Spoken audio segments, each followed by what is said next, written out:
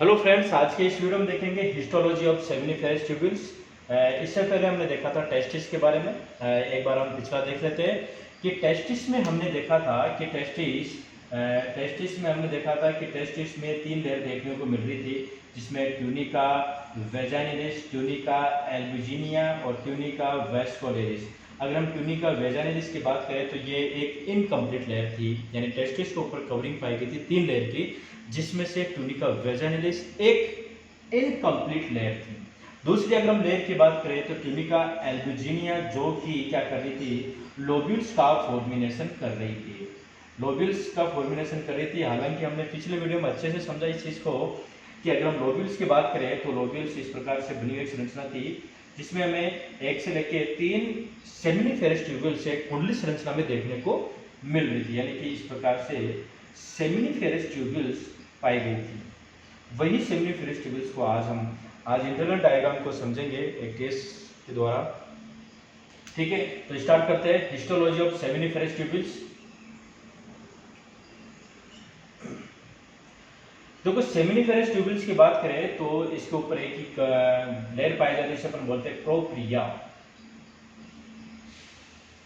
ठीक है, और इसके अंदर हम देखें तो दो सेल देखने को मिलती है, एक तो सर्टोली सेल और दूसरी नर जनन कोशिका, जिसे अपन बोल सकते हैं नर, यानी कि मेल जर्म सेल। ठीक है, मेल जर्म सेल या फिर cuboidal germinal epithelium.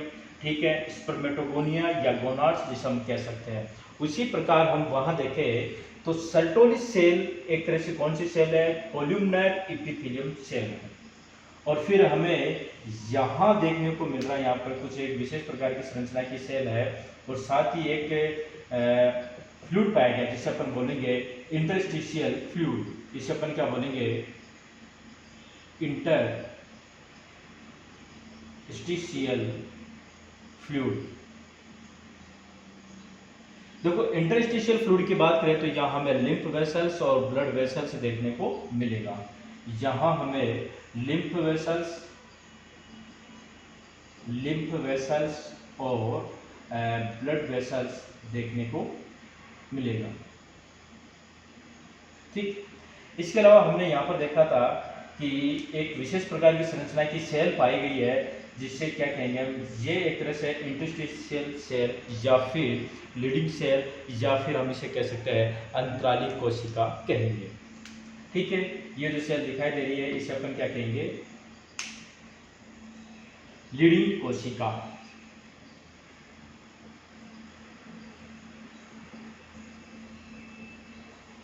Leading cell या फिर इसे अपन कह सकते हैं इंटरस्टिशियल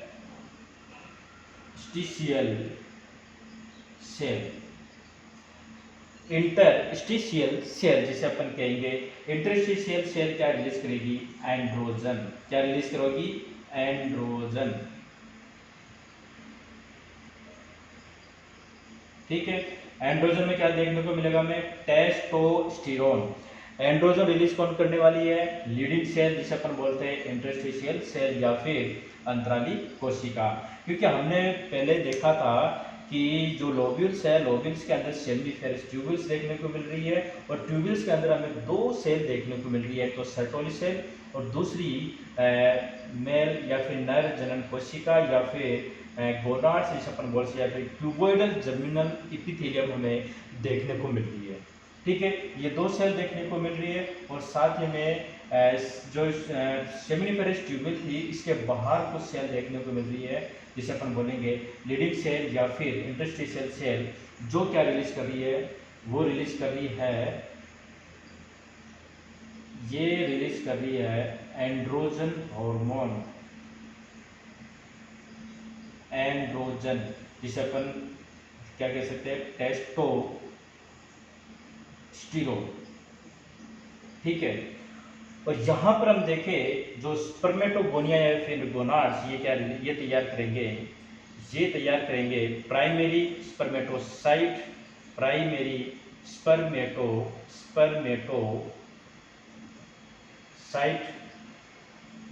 फिर उसी प्रकार सेकेंडरी स्पर्मेटोसाइट,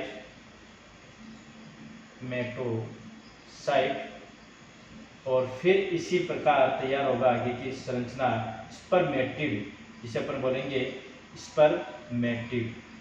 ठीक है, और फिर इसी के बाद तैयार होते एक मैच्योर स्पर्म का फॉर्मेशन हो जाता है।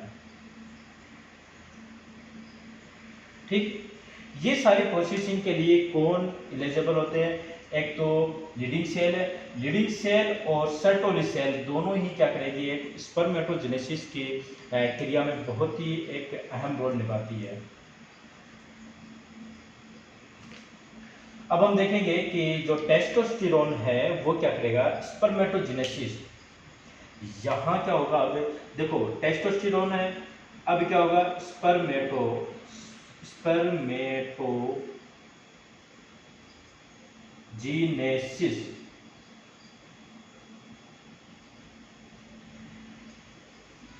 ठीक है, अब एक चीज ये भी देखनी पड़ेगी, उधर सर्टोली सेल का क्या काम है। यहाँ पर देखो टेस्टोस्टेरोन और सर्टोली सेल ये दोनों एक बहुत ही अहम रोल निभाते हैं किसमें, स्पर्म फॉर्मेशन में। ठीक है, अब हम देखेंगे कि सर्टोली सेल क्या करेंगे। देखो सर्टोली सेल से कुछ हार्मोन रिलीज होते हैं, कुछ प्रोडक्ट रिलीज होंगे।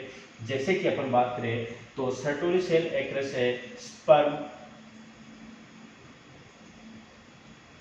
मैच्योर फैक्टर रिलीज करती है। अगर अपन देखें कि एक तरह से हमने पढ़ाई है, पिछले वीडियो में देखा है कि सर्टोली सेल क्या करेगी, स्पर्म को न्यूट्रिशन प्रोवाइड करने का कार्य करेगी, इसके साथ ही इसकी हेल्प और साथ ही इसकी प्रोटेक्शन का काम करने कौन करती है, सर्टोली सेल। यानी कि हम कह सकते हैं कि स्पर्म के जितने भी मैच्योर फैक्टर है उन सबको कौन रिलीज कर दी है, सर्टोली सेल रिलीज कर दी है। साथ ही सर्टोली सेल एक और हार्मोन रिलीज करती है, जिसे अपन बोलते हैं एंड्रोजन बाइंडिंग प्रोटीन, जिसे अपन क्या बोलेंगे, एंड्रोजन बाइंडिंग प्रोटीन रिलीज करती है कौन, सर्टोली सेल। ठीक है, अब क्या होगा, अब ये प्रोसेसिंग होगी कि टेस्टोस्टेरोन के साथ मिलकर एंड्रोजन बाइंडिंग प्रोटीन, यानी कि एंड्रोजन बाइंडिंग प्रोटीन क्या करेगा कि टेस्टोस्टेरोन की एक तो सांद्रता को बनाए रखता है। यानी कि एक तरह से हम कह सकते हैं कि एंड्रोजन बाइंडिंग प्रोटीन टेस्टोस्टेरोन को बांधे रखता है, किसके लिए, स्पर्मेटोजेनेसिस के लिए। अब यहाँ क्या होगा कि स्पर्मेटोजेनेसिस जो प्रोसेस होगी उसके लिए कौन अहम रोल निभाएगा, टेस्टोस्टेरोन। टेस्टोस्टेरोन क्या करेगा, इसे स्टिमुलेट करने का कार्य करेगा, किसके लिए भाई, स्पर्मेटोजेनेसिस की क्रिया आसानी से हो, कौन करेगा, टेस्टोस्टेरोन। इसी के साथ एंड्रोजन बाइंडिंग प्रोटीन भी मिलकर इस प्रोसेस को क्या करेंगे, इंड्यूस करने का कार्य करेंगे, इन्फ्लामेंस करने का कार्य करेंगे, जिससे क्या होगा कि स्पर्मेटोजेनेसिस की प्रोसेसिंग क्या हो, आसानी से हो। और फिर स्पर्मेटोजेनेसिस के अंदर क्या दिखाई, कौन सी प्रोसेस चलेंगे अपने, स्पर्मेटोगोनिया, फिर प्राइमरी स्पर्मेटोसाइट, फिर सेकेंडरी, फिर स्पर्मेटिड, यहाँ तक रोल था। फिर क्या होगा, फिर हमने देखा है कि सर्टोली सेल क्या रिलीज कर रही है, स्पर्म मैच्योर फैक्टर रिलीज कर रही है, जो क्या करेगी, स्पर्म को न्यूट्रिशन प्रोवाइड करती है। यानी कि यहाँ तक जो अवस्था प्राप्त होती है वो एक तरह से इंडिपेंडेंट अवस्था होती है, यानी कि स्पर्म यानी कि एक तरह से दूसरे पर डिपेंडेंट होते हैं, किस पर, सर्टोली सेल पे। यानी कि जितना भी न्यूट्रिशन प्रोवाइड करते हैं वो सर्टोली सेल से प्रोवाइड करते हैं। यह कह सकते हैं हम कि स्पर्मेटिड्स यानी कि शुक्राणु से पहले की अवस्था इसके ऊपर डिपेंडेंट होती है। यानी कि स्पर्मेटिड को स्पर्म में कन्वर्ट करने में अहम रोल किसका है, सर्टोली सेल का। यानी कि यहाँ न्यूट्रिशन प्रोवाइड कौन करवा रही है, सर्टोली सेल। ठीक है, अब इसके आगे हम देखते हैं कि सर्टोली सेल का क्या कार्य है। अब आप लोगों को समझ में आ गया होगा कि सेमनीफेरस ट्यूबुल्स का क्या इंटरनल स्ट्रक्चर था। ये जो दिखाई दे रही है सर्टोली सेल है, अंदर दिखाई दे रही है नर जनन कोशिका है जो आगे चलकर स्पर्म का फॉर्मेशन करेगी। ठीक है, ये सर्टोली सेल जो स्पर्मेटिड की अवस्था होते ही सिर्फ न्यूट्रिशन प्रोवाइड करेगी और स्पर्मेटिड से स्पर्म को कन्वर्ट करने में अहम रोल निभाएगी। ठीक है, और यहाँ पर हमने देखा है कि लीडिंग सेल क्या रिलीज कर रही है, एंड्रोजन हार्मोन जो कि क्या है, टेस्टोस्टेरोन है, वो क्या करेंगे, स्पर्मेटोजेनेसिस को इंड्यूस करने का या फिर इन्फ्लामेंस करने का या फिर उसे स्टिमुलेट करने का कार्य करती है, जिससे क्या होगा, स्पर्मेटोजेनेसिस की प्रोसेसिंग हो। फिर इसके अंदर हमें क्या देखने को मिलेगा, प्राइमरी, सेकेंडरी और फिर स्पर्मेटिड और इसके साथ में हमें स्पर्म प्राप्त होते हैं। ठीक है, अब हम देखेंगे सर्टोली सेल के कार्य।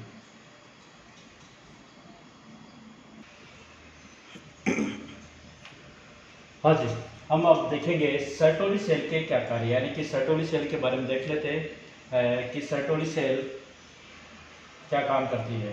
हमने पहले अभी फिलहाल थोड़ी देर पहले देखा है कि सर्टोली सेल क्या करेगी, एक तरह से स्पर्म मैच्योर फैक्टर रिलीज करेगी। वो क्या काम करेगी, जो स्पर्म से पहले की अवस्था जिसे अपन बोलते हैं स्पर्मेटिड या शुक्राणुपूर्व अवस्था स्पर्मेटिड है, जो जिसे क्या करेगी न्यूट्रिशन प्रोवाइड करने का कार्य करेगी। यानी कि स्पर्मेटिड एक ऐसी अवस्था है जो स्पर्म से पहले की, जो एक तरह से नॉन मोटाइल है, एक तरह से भारी शरीर है जिसमें गति की कोई मूवमेंट नहीं होती है। इसके अलावा एक तरह से असक्रिय होता है, यानी कि उसमें कोई एक्टिविटी नहीं होती। तो उन सब प्रोसेस को एक्टिव या पॉजिटिव फीडबैक के लिए कौन अहम रोल निभाती है, सर्टोलिस सेल। क्यों? क्योंकि वह स्पर्म मैच्योर फैक्टर स्पर्मेटिड को प्रोवाइड करती है, फिर वो एक्टिव होता है, इनएक्टिव से एक्टिव होता है और इसमें गति होती है।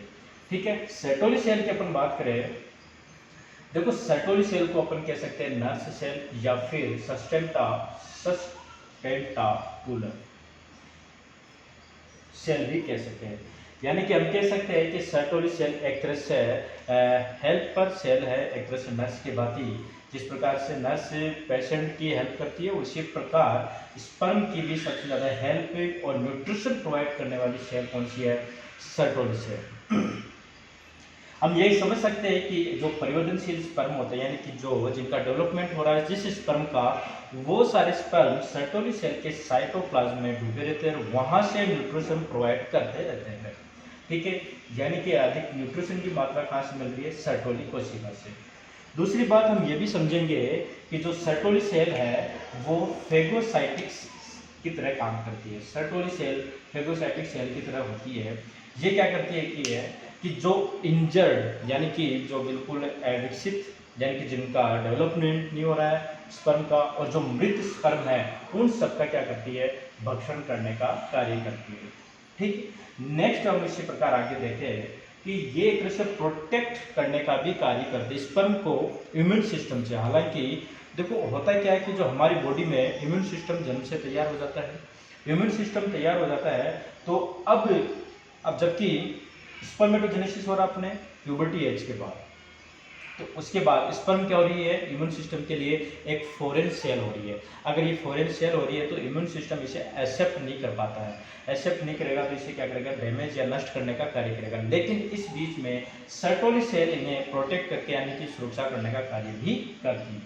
ठीक है, इसके अलावा सर्टोली सेल एक एंडोक्राइन ग्लैंड की तरह भी कार्य करती है। सर्टोली एंडोक्राइन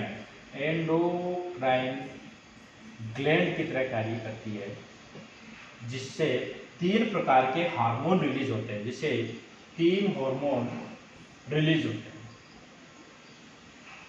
ठीक है, 3 हार्मोन कौन कौन से है, जिसे अपन कह सकते हैं, तो एंटी मुलेरियन हार्मोन, जिसे ANH क्या बोलेंगे इसे, एंटी मुलेरियन हार्मोन।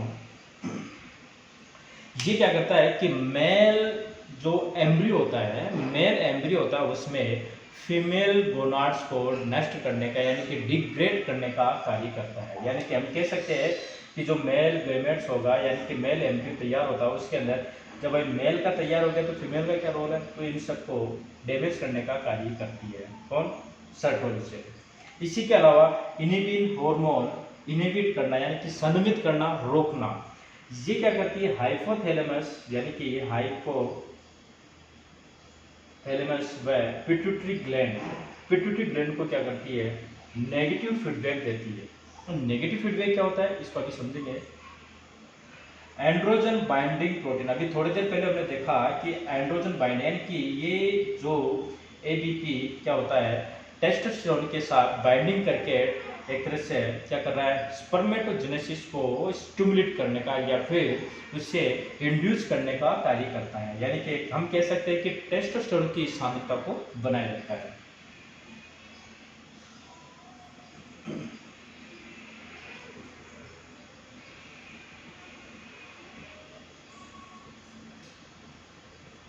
हाँ, हम ये चीज़ समझ रहे थे कि इनिबिन हार्मोन, यानी कि नेगेटिव फीडबैक का मतलब ये होता है कि जैसे कि हम बात करें, जैसे कि ये है ये हाइपोथैलेमस, ठीक है, ये पिट्यूटरी ग्लैंड, ठीक है। हाइपोथैलेमस से हार्मोन रिलीज हो रहा है GnRH, जो क्या कर रहा है, पिट्यूटरी ग्लैंड के एंटीरियर पार्ट को स्टिमुलेट कर रहा है, जिससे हार्मोन रिलीज हो रहा है LH व FSH। FSH क्या कर रहा है, सर्टोली सेल को एक्टिव कर रहा है, यानी कि ये क्या कर रहा है, सर्टोली सेल को एक्टिव कर रहा है। अब सर्टोली सेल से क्या रिलीज हो रहा है, एंड्रोजन बाइंडिंग प्रोटीन, ठीक है। इसके अलावा स्पर्म मैच्योर फैक्टर रिलीज हो रहे हैं। ये किस में काम कर रहे थे, ये स्पर्मेटोजेनेसिस में काम कर रहे थे, स्पर्मेटोजेनेसिस।